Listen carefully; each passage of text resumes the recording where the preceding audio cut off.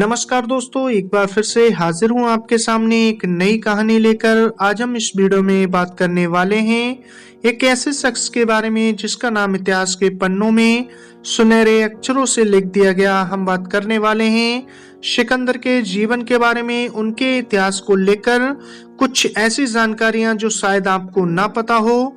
तो आइए बात करते हैं। इतिहास में बहुत सारे राजा हुए, लेकिन एक ही ऐसा राजा है जिसके नाम के आगे दुनिया महान लगाती है। वो है अलेक्जेंडर द ग्रेट, जिन्हें पूरी दुनिया सिकंदर महान के नाम से जानती है। वह अलेक्जेंडर तृतीय तथा अलेक्जेंडर मैसेडोनियम नाम से भी जाने जाते हैं।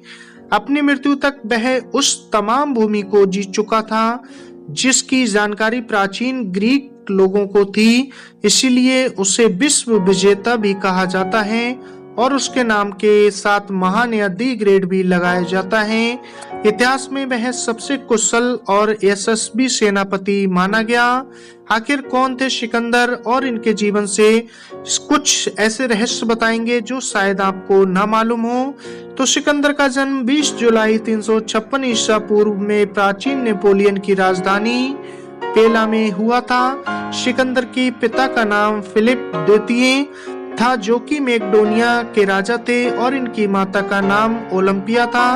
ऐसा कहा जाता है कि वे एक जादूगरनी थी जिन्हें सांपों के बीच रहने का शौक था। सिकंदर की एक बहन भी थी जिसका नाम क्लियोपेट्रा था। इन दोनों की परवरिश पेला के शाही दरबार में हुई थी। तो आइए इसी के साथ बात करेंगे कि इनका बचपन किस तरीके से बीता और किस तरीके से इन्होंने बचपन में ही पढ़ाई की, और इनके घुड़सवारी से लेकर सभी बातों के बारे में हम आपको पूरी जानकारी देंगे। तो बात करेंगे, सिकंदर बचपन से भी बहुत बुद्धिमान था। 12 वर्ष की उम्र में सिकंदर ने घुड़सवारी बहुत अच्छे से सीख ली थी। शुरुआती शिक्षा सिकंदर ने अपने रिश्तेदार द ईस्टर्न लियोनीडास ऑफ एपिरूस से ली थी। सिकंदर के पिता फिलिप चाहते थे कि सिकंदर को पढ़ाई के साथ साथ युद्ध विद्या का भी पूरा ज्ञान हो, इसीलिए उन्होंने अपने एक अनुभवी और कुशल रिश्तेदार को सिकंदर के लिए नियुक्त किया, जिससे सिकंदर ने गणित, घुड़सवारी, धनुर्विद्या ली थी। इसके बाद लाइमेक्स ने सिकंदर को युद्ध की शिक्षा दी। जब सिकंदर 13 साल के हुए तो उनके पिता ने उनके लिए एक निजी शिक्षक एरिस्टोटल की नियुक्ति की थी, जिनका नाम एरिस्टोटल था, जिन्हें भारत का अरस्तु भी कहा जाता है। वे एक प्रसिद्ध और महान दार्शनिक थे। अरस्तु ने सिकंदर को करीब 3 सालों तक साहित्य की शिक्षा दी।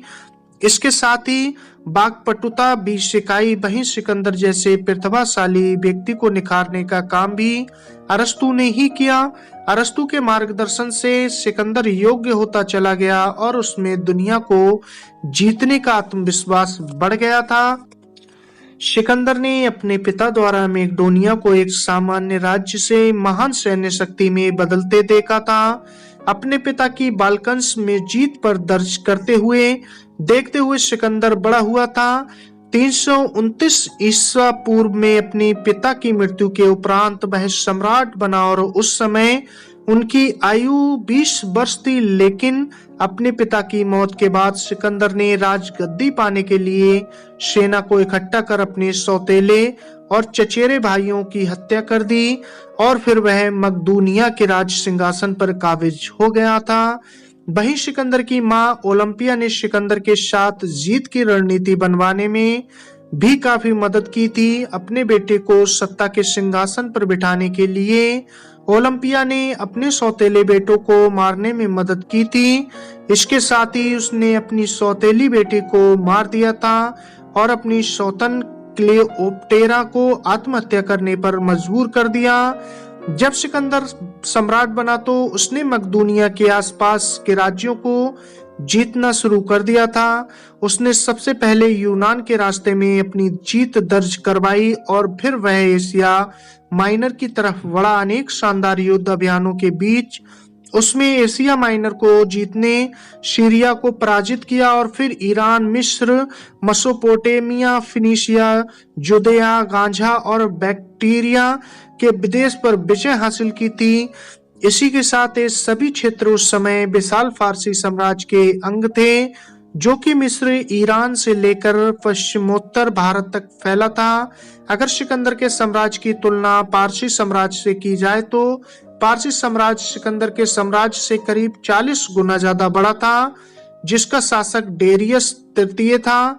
लेकिन सिकंदर ने उसे भी अर्वेला के युद्ध अपनी सैन्य शक्ति से हराकर उसका साम्राज्य हासिल कर लिया था और स्वयं वहां का राजा बन गया। जनता का हृदय जीतने के लिए उसने फारसी राजकुमारी रुखसाना से विवाह कर लिया था। फारसी में उसे अस्कंदर ए मकदूनी, मासेडोनिया का अलेक्जेंडर और हिंदी में सिकंदर महान कहा जाता है।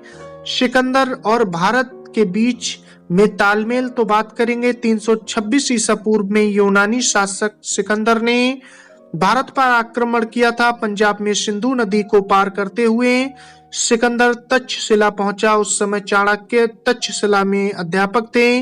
वहां के राजा आम्भी ने सिकंदर की अधीनता स्वीकार कर ली। चाणक्य ने भारतीय संस्कृति को बचाने के लिए सभी राजाओं से आग्रह किया, किंतु सिकंदर से लड़ने को कोई नहीं आया और पश्चिमोत्तर प्रदेश के अनेक राजाओं ने तक्षशिला की देखरेख सिकंदर के सामने आत्मसमर्पण कर दिया।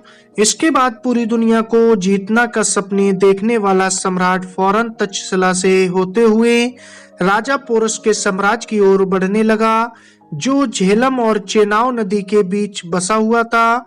राजा पोरस के राज्य पर हक जमाने के मकसद से सिकंदर और राजा पोरस के बीच युद्ध हुआ तो राजा पोरस ने बहादुरी के साथ सिकंदर के साथ लड़ाई की, लेकिन काफी संघर्ष और कोशिशों के बावजूद भी उसे हार का सामना करना पड़ा।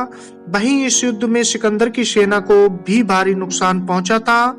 आपको बता दें कि राजा पोरस को काफी शक्तिशाली शासक माना जाता था। वहीं पंजाब में झेलम से लेकर चेनाब नदी तक राजा पोरस का राज्य था।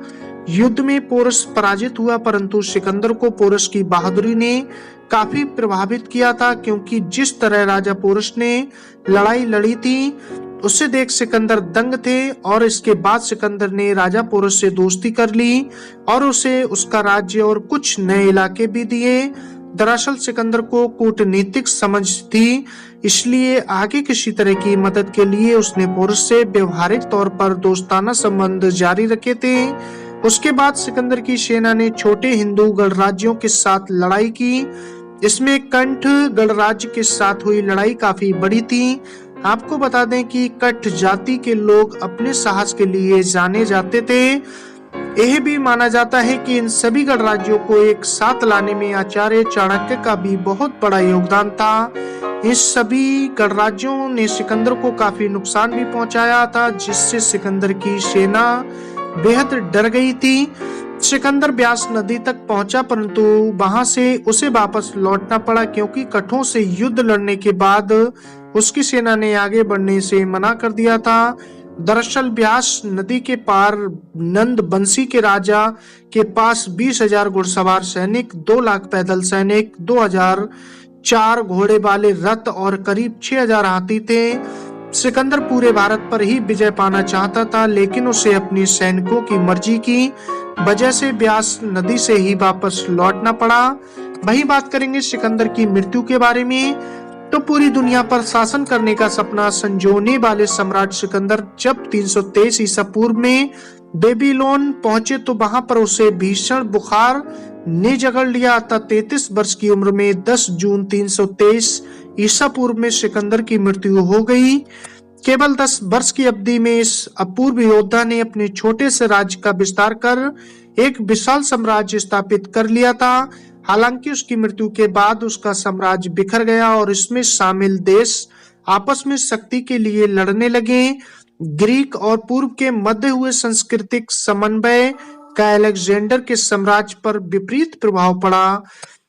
सिकंदर को लेकर कुछ तथ्य भी हैं, जो कहा जाता है कि सिकंदर की मृत्यु के बाद जब उसकी लाश को ले जाया जा रहा था, तब सिकंदर ने दोनों हाथ बाहर लटकते हुए लोगों ने देखे थे। सिकंदर का यह कहना था कि जब ले जाया जाए तो दोनों हाथ बाहर निकाल देना, जिससे लोगों को ये समझ आ जाए कि इंसान दुनिया में खाली हाथ आता है और खाली ही हाथ चला जाता है। न दुनिया में कितना भी बड़ा राज्य स्थापित कर ले, लेकिन वो दुनिया से खाली हाथ ही जाएगा। वह पूरी दुनिया को दिखाना चाहता था कि जिसने दुनिया को जीता, जिसने अपने हाथ में सब कुछ भर लिया, मरने के बाद वह हाथ भी खाली है। जैसे इंसान खाली हाथ दुनिया में आता है, वैसे ही खाली हाथ उसे जाना पड़ता है, चाहे वह कितना भी महान क्यों ना बन जाए। तो दोस्तों, ये थी सिकंदर महान के जीवन से जुड़ी कुछ बातें। आपको कैसी लगी मेरे द्वारा दी गई जानकारी? अगर दोस्तों आपको इसमें कोई भी चेंजिंग नजर आती है, अगर आपको कुछ इसमें नया नजर आता है, तो हमें कमेंट्स बॉक्स में जरूर लिखकर अपनी राय बताएं। मिलते हैं फिर नेक्स्ट वीडियो में नेक्स्ट स्टोरी के साथ। आपने अपना कीमती वक्त दिया, तब तक के लिए धन्यवाद।